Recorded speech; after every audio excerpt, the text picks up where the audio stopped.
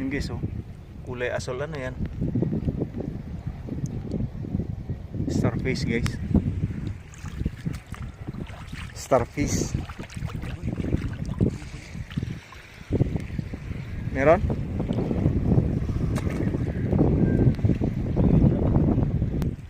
Kita siya ng tuyom guys. Ang dami nakikita na ito guys eh. Nakikita siya ng tuyom na bakiki. Kaya kung manok lang may bakiki eh. Hasta tuyom di ay. Ay klaro to.